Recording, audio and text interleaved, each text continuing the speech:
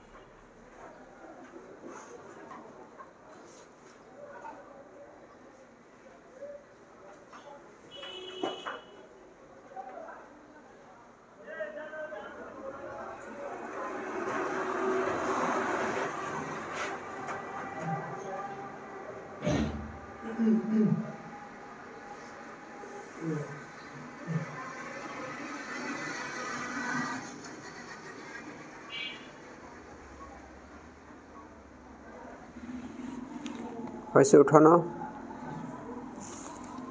এই প্রশ্নের মোট 8টা উত্তর আছে। কয়টা? সব এই এ সেটের জন্য। এ সেটের প্রথমে সীমাবিন্দু বের করতে বলছে। তো এ সেটের ভিতরে আছে কয়টা? 3টা। বাইরে আছে কয়টা? 2টো। এই 5টা বিন্দুর যে কোনোটাই এ সেটের সীমাবিন্দু হতে পারে বা না হতে পারে। সীমাবিন্দু একটা সেটের ভিতরেও থাকতে পারে। এই 5টা বিন্দুকেই চেক করতে হবে। পি, কিউ, আর, এস, টি এরা এই এ সেটের সীমাবিন্দুর শর্ত মানে কি? সীমাবিন্দুর একটা ছবি দেওয়া হয়েছিল।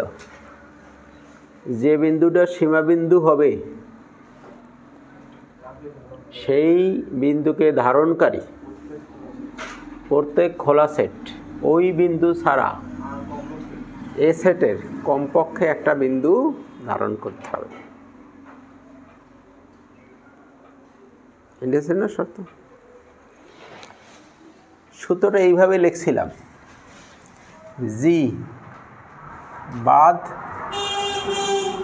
ওখানে বিন্দু রেখে পি ধরছিলাম না এক্স ধরছিলাম? P intersection A not equal to 0/5। এই শর্ত যে যদি সিদ্ধ হয় তাহলে কাকে? এই পি বিন্দুকে এ সেটের সীমাবিন্দু বলা হয়। জি এর পরিচয় কি? জি হচ্ছে খোলা সেট। জি কি সেট? খোলা সেট। এই একটা ফর্মুলা দিয়ে সব সীমাবিন্দু আমরা নির্ণয় করব।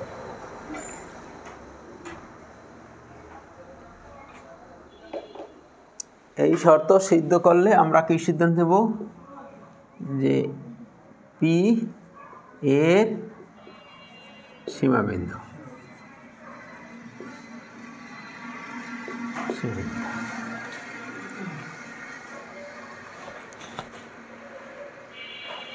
দেখে আমরা এই শর্ত দিয়ে এখানে 5টা, এই 5টা এর জন্য এই শর্ত চেক করব।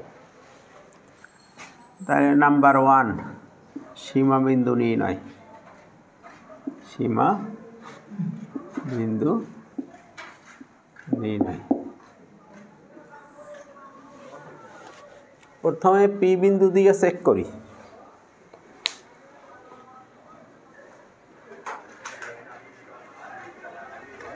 পি কে ধারণকারী খোলা সেট এখানে কারা কারা আছে? খোলা সেট পাবো কোথায়? খোলা সেট থাকবে টি এর ভিতরে।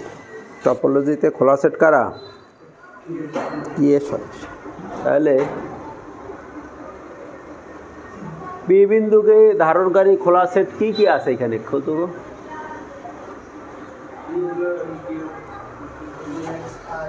এইটা ছাড়া আর সবই পিকে ধারণকারী খোলা সেট।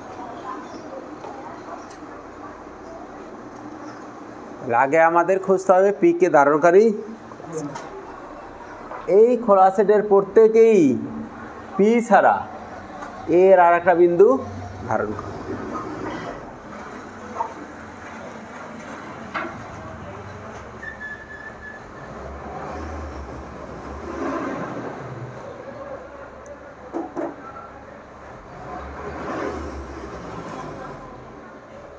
ওরা কি আসে না যায় না এখানে আসে কি করে এরা?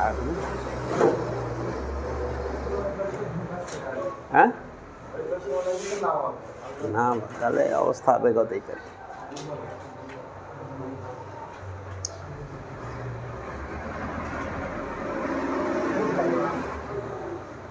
আচ্ছা একটু খেয়াল করো, পিকে ধারণকারী এই খোলা সেটটা এ সেটের বিন্দু ধারণ করে কিনা তা কত? এই যে পিকে ধারণকারী এইটা এ তো ওই যে আর এবং এস ধারণ করে, বলা হয়েছে কমপক্ষে এটাই শর্ত মানতেছে। আচ্ছা এটাও তো পিকে ধারণকারী খোলা সেট, ওই এ সেটের বিন্দু ধারণ করে আর এবং এইটা ঠিক আছে নেই মানে পিকে ধারণকারী খোলা সেট যা এ সেটে একটা বিন্দু ধারণ করে, এইটা এইটা এই দুইটা কিন্তু এর আর কোনো বিন্দু ধারণ করেনি। এটা এটা এটা এই তিনজন এই শর্ত মানতেছে আর এই দুইজনে, আর এটার ভিতরে তো কেউ নাই, এটা দিয়ে চেক করা যাবে না। এইটার ভিতরে তো সবই আছে, এইটা দিয়ে কখনো চেক করা লাগবে না কারণ এটা সবসময় এই শর্ত মানবে। তাহলে কথা ছিল পিকে ধারণকারী প্রত্যেক খোলা সেট যদি এর ভিতরে একজন পাওয়া যায় যে ওই এই শর্তটা মানে না, তাহলে এই পি বিন্দু সীমাবিন্দু হবে না। বুঝি আসছে কথা? কয়জন পাওয়া গেছে? দুইজন। বলা হয়েছিল কি প্রত্যেক মানে সবাই এই শর্ত মানতে হবে। এটা এই শর্ত এটা মেনে চলে, এটা মেনে চলে, এটা মেনে চলে, এই দুইটা যদি এটাও মেনে চলতো একজনের জন্য হইলেও বাদ। বুঝে আসছে?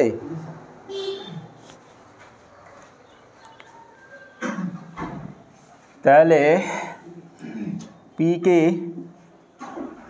ধারণকারী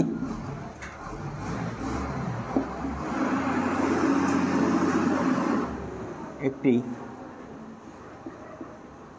খোলা সেট যা পি ব্যতীত মানে এইটার কথা কিন্তু বলতেছি, জি থেকে পি আগে বাদ দিতে হবে। পি ব্যতীত এর অন্য কোনো বিন্দু ধারণ করে না। এই কথাটাকে আমি এই ল্যাঙ্গুয়েজে লিখেছি, যদি তুমি চাও তাহলে আমি এভাবেও লিখে দিতে পারি যদি মনে করো। এই পুরা গাণিতিক কথা এখানে কি করেছি, তোমরা কোনটা পছন্দ হয়, তুমি কি এইভাবে লিখবা সব না এইভাবে লিখবা, তুমি যেভাবে লিখতে চাও এটা কি পছন্দ হয় বোঝা যায়? হ্যাঁ তাই এইটা লিখলে মনে হয় সুবিধা হবে। যদি এটা একটু লেখা বেশি এইটা একটু লেখা কম, কিন্তু এটা আবার বোঝা কষ্ট। তাহলে এই যে বলা হয়েছিল কি কমপক্ষে একটা বিন্দু ধারণ করতে হবে, এখন পাচ্ছে কি এর এই সেটটা পি ছাড়া এর কোনো বিন্দুই ধারণ করে না। তাহলে কি হবে, এটা সীমাবিন্দু হবে। তাই সিদ্ধান্ত হইল পি এর সীমাবিন্দু নয়। এই লেখাটুকু এই পাঁচজনের জন্য দেখতে হবে, একই লেখা প্রত্যেকটা জন্য লেখা।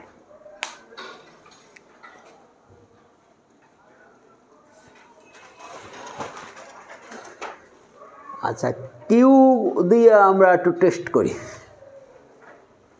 কিউ দিয়ে টেস্ট করলে এইটা কিন্তু একটা টি এর ভিতরে আছে, এইটাই কিন্তু আর এবং এস এই জায়গায় আছে, কিন্তু এটাও না, এটা তো কিউ নাই, কিউকে এটা তো দিয়ে টেস্ট করা যাবে না। যেটার ভিতরে কিউ আছে সেই সেট এর বিন্দু ধারণ করে কিনা, এই যে লিখছিলাম না পি কে ধারণ করে, এখন কিউ কে, এটা দিয়ে টেস্ট করা যাবে না কারণ এর ভিতরে কি নাই। এইটা দিয়ে টেস্ট করলে কিন্তু এ জায়গায় আছে, এইটা দিয়ে টেস্ট করলে কিন্তু এইটা দিয়ে টেস্ট করলে এইটার ভিতরে তো কিউ আছে, কিন্তু এইটার মধ্যে তো এর কোনো বিন্দু নাই, আছে? এই যে এইটার ভিতরে কি আছে, এই যে কিউকে ধারণ করে, এইটা একটা খোলা সেট, তো এইটার ভিতরে এর কোনো বিন্দু নাই, তাহলে এই কথা ওই জায়গায় আবার লেখাটা কি লাগবা যে কিউকে ধারণকারী, দেখো কিউকে ধারণকারী পি কিউ একটি খোলা, তার বাকি সব যা কিউ ব্যতীত, অর্থাৎ কিউ এর সীমাবিন্দু নাই।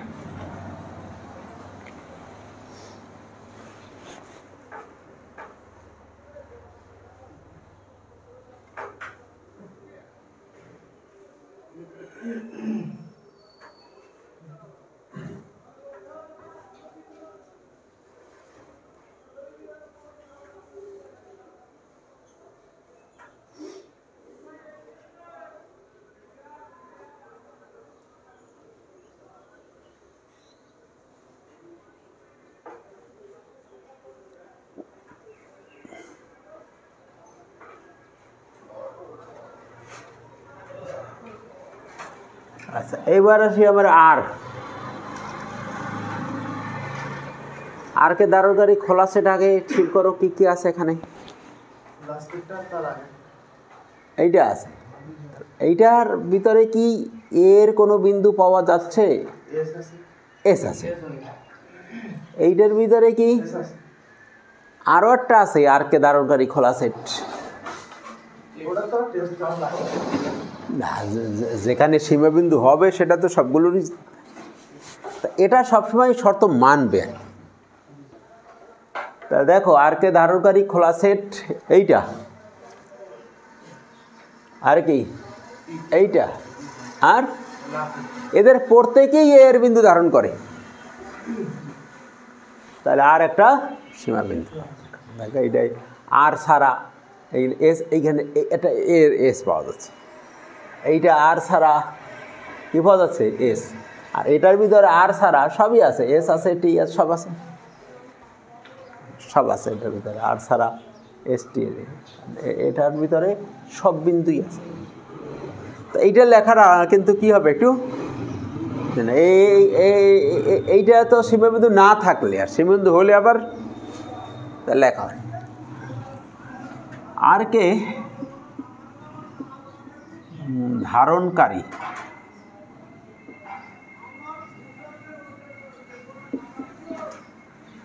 খোলা সেট এক্স একটা, আর পি কিউ আর এস একটা, আর পি আর এস একটা, এই তিনটা।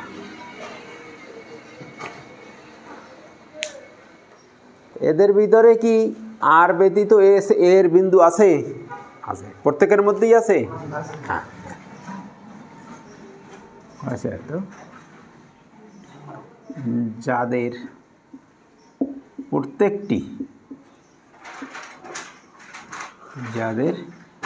প্রত্যেকে লেখো, প্রত্যেকে আর ব্যতীত এর কমপক্ষে একটি বিন্দু ধারণ করে, এই হলো সীমাবিন্দু হলে লেখার সিস্টেম এইটা, আর না হলে লেখার সেটা উপরেরটা। যেভাবে সংজ্ঞা দিয়েছি ঠিক সেইভাবে লিখে দিচ্ছি। তাহলে এটাকে সীমাবিন্দুর শর্ত সিদ্ধ করে, তাহলে আমরা বলতে পারি দেয়ারফর আর এর সীমাবিন্দু।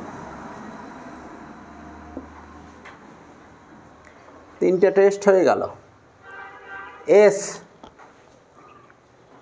এসকে ধারণকারী খোলা সেট এইটা, এটার ভিতরে আর আছে। এসকে ধারণকারী এইটা, এর ভিতরেও এইটা, এর ভিতরেও। তাহলে ঠিক এই এখানে শুধু বলবো এইখানে এস, আর কোনো চেঞ্জ হবে না। এইখানে এস ঠিক সব লেখা ঠিক থাকবে, চেঞ্জ হবে শুধু আরে জায়গায় এস। সিস্টেমে মানে এক সংজ্ঞাটা মনে রাখতে পারলে লেখা সব সিস্টেম।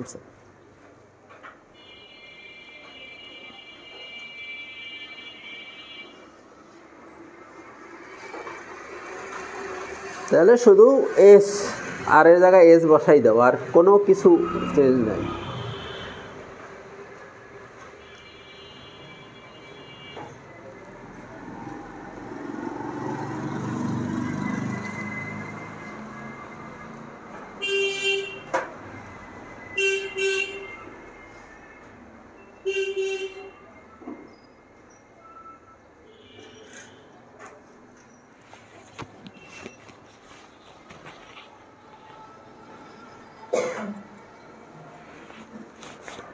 আচ্ছা, এবার আমরা টিতে চলে আসি। টিকে ধারণকারী এইটা একটা খোলা সেট, এর ভিতরে তো এর কোনো বিন্দু নাই, তাহলে ওই জায়গায় বাতিল হয়ে গেছে। এইটা দিয়েই সে সীমাবিন্দু না হওয়ার শর্ত, তাহলে এইভাবে লিখতে হবে। তাহলে লেখো টিকে ধারণকারী, টিকে ধারণকারী PQT একটি খোলা সেট যা টি ব্যতীত এর কোনো বিন্দু ধারণ করে না।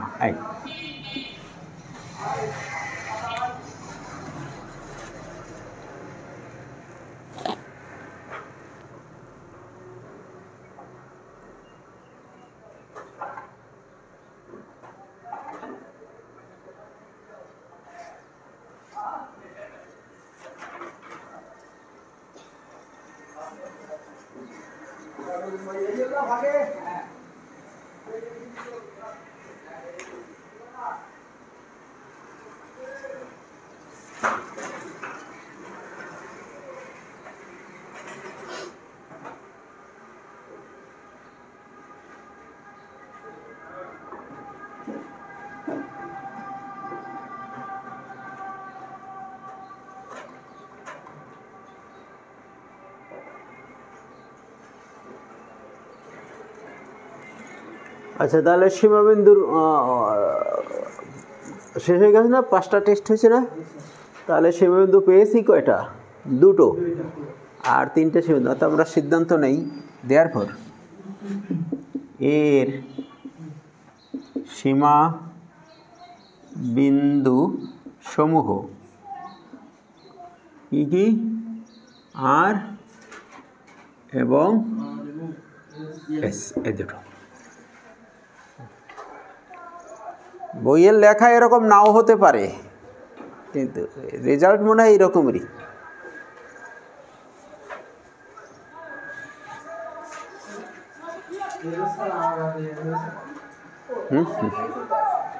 এ পাইছে কই আবার?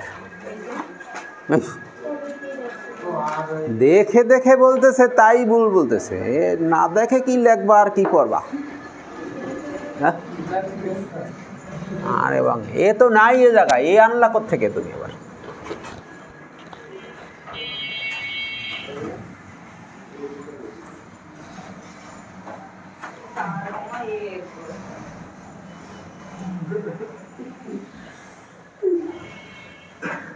পরেরটা কি ছিল?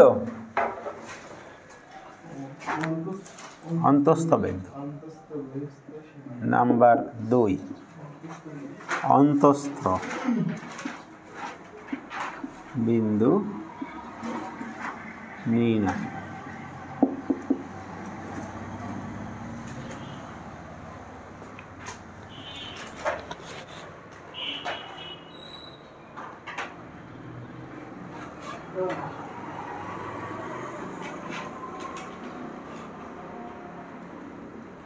অন্তস্থ বিন্দু। অন্তস্থ বিন্দু হলো এ সেটের অন্তস্থ বিন্দু অবশ্যই এর মধ্যে থাকতে হবে। নাম্বার 1 কি হইতে হবে? এর একটা শর্ত মানতে হবে। আর সীমাবিন্দু কিন্তু ভিতরে বাইরে যে কোনো জায়গায় থাকতে হয়। এই জন্য এই 5 জনের জন্যই পরীক্ষা করতে হয়েছে। তো অন্তস্থ বিন্দুর জন্য এই 3টে পরীক্ষা করতে হবে। কি বোঝা গেছে? কি করতে হবে? 3টে। আর অন্তস্থ বিন্দু কি পড়াইছিলাম দেখো, সেটা ছবি দিয়েছিলাম, সেই দিকে যাও, সংজ্ঞা দেখে আসো। যে একটা বিন্দু অন্তস্থ বিন্দু হবে যদি ওই বিন্দুকে ধারণকারী একটা খোলা সেট, প্রত্যেক বলা হয় না কিন্তু একটা খোলা সেট পাওয়া যায়, যে খোলা সেটটা এর মধ্যে থাকবে।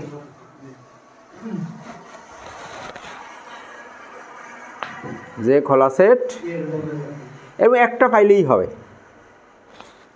আচ্ছা, আগে আর আমি টেস্ট করি।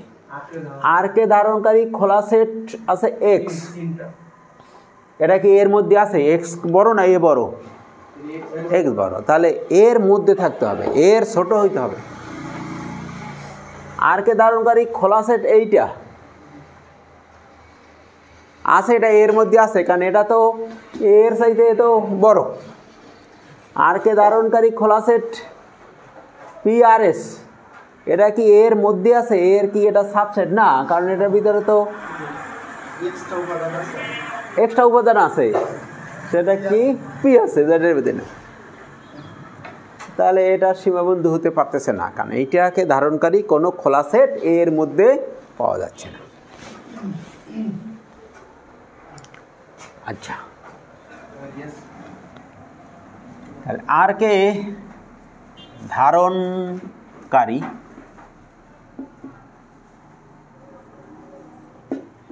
খোলা সেট এক্স আর কি পি কিউ আর এস আর কি পি আর এস, যাদের কোনোটি এর উপসেট নয়, এর মধ্যে নাই কেউ এর।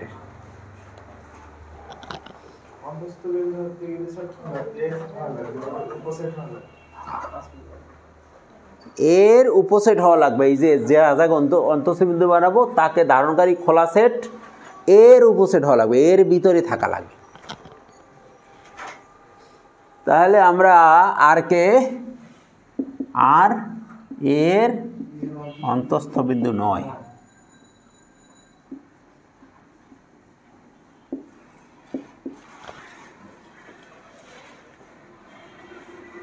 এইবার দেখি এস কে ধারণকারী খোলা সেট, তো একই ঘটনা, এটাও এই তিনটেই।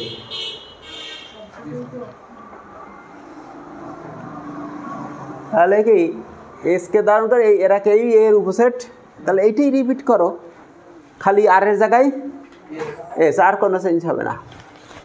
এইটুকু একদম পুরোটা রিপিট করো, আর এই জায়গায় এস দিয়ে দাও।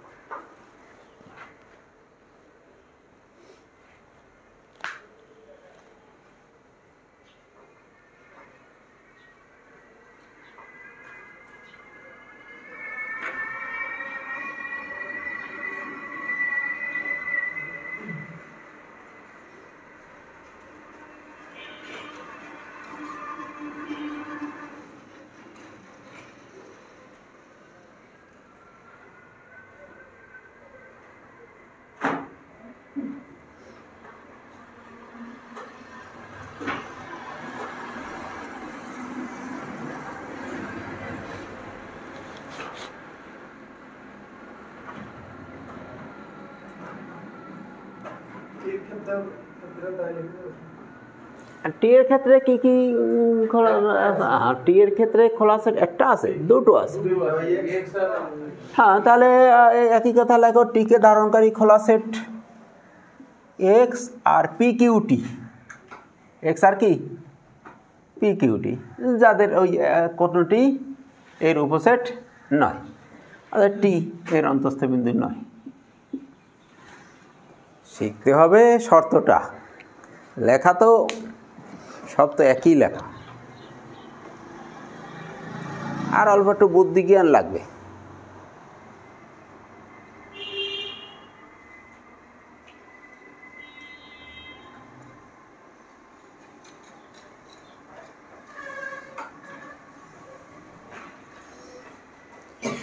তাহলে বুঝলাম কি, তিনটা বিন্দু ভিতরে আছে, তারপরও কি হয় নাই, তাহলে ভিতরে থাকা মানি অন্তঃস্থ বিন্দু নয়। কি বুঝো, যে এই জন্য বলে ঘরের শত্রু বিভীষণ। শুনছে কথা? এটা কোন জায়গা থেকে ঘটনা আসছে? এটা হচ্ছে রামায়ণ থেকে আসছে এই ঘটনা। এটা কিন্তু ছোটোখাটো ঘটনা নয়। যে লক্ষণকে বিভীষণ সাহায্য করেছিল মেঘনাদকে বধ করার জন্য, তাই না? বিভীষণ ছিল মেঘনাদের চাচা। দেখো, নিজের চাচাই স্বার্থের কারণে নিজের ভাইপোকে সে হত্যা করেছে। কার দ্বারা? লক্ষণ না, সে মন্দিরে পূজা করতেছিল, পিছন থেকে দিকে লক্ষণ অ্যাটাক করছে, সামনে থেকে না। মেঘনাদ তো বীর ছিল, এই যে মাইকেল মধুসূদন আমাদের কবি, সেই তো মেঘনাদকে দিয়ে মহাকাব্য লিখে গেছে, মেঘনাদ বধ। মহাকাব্য, নট কাব্য, মহাকাব্য লিখছে না, মেঘনাদ বধ। মেঘনাদ কিভাবে খুন হয়েছে, সেই বধ হয়েছে, সেই কাহিনী উনি লিখে গেছে। তাহলে বললাম কি, ঘরের শত্রু বিভীষণ। এই জন্য বাংলাদেশের গীতিকার গান লিখেছেন, ভালোবাসলেও সবার সাথে ঘর বাঁধা যায় না, 1000 বছর কাছে থাকলেও কেউ কেউ আর নেই, দেখে এই ভিতরে থেকেই অন্তঃস্থ বিন্দু হয়নি। তাহলে অন্তঃস্থ বিন্দু মানেই ভিতরে থাকা না, বুঝা গেছে? কি মানতে হবে? এই উপসেট হওয়ার শর্ত মানতে হবে। তাহলে শেষ। এটা নাম্বার 3।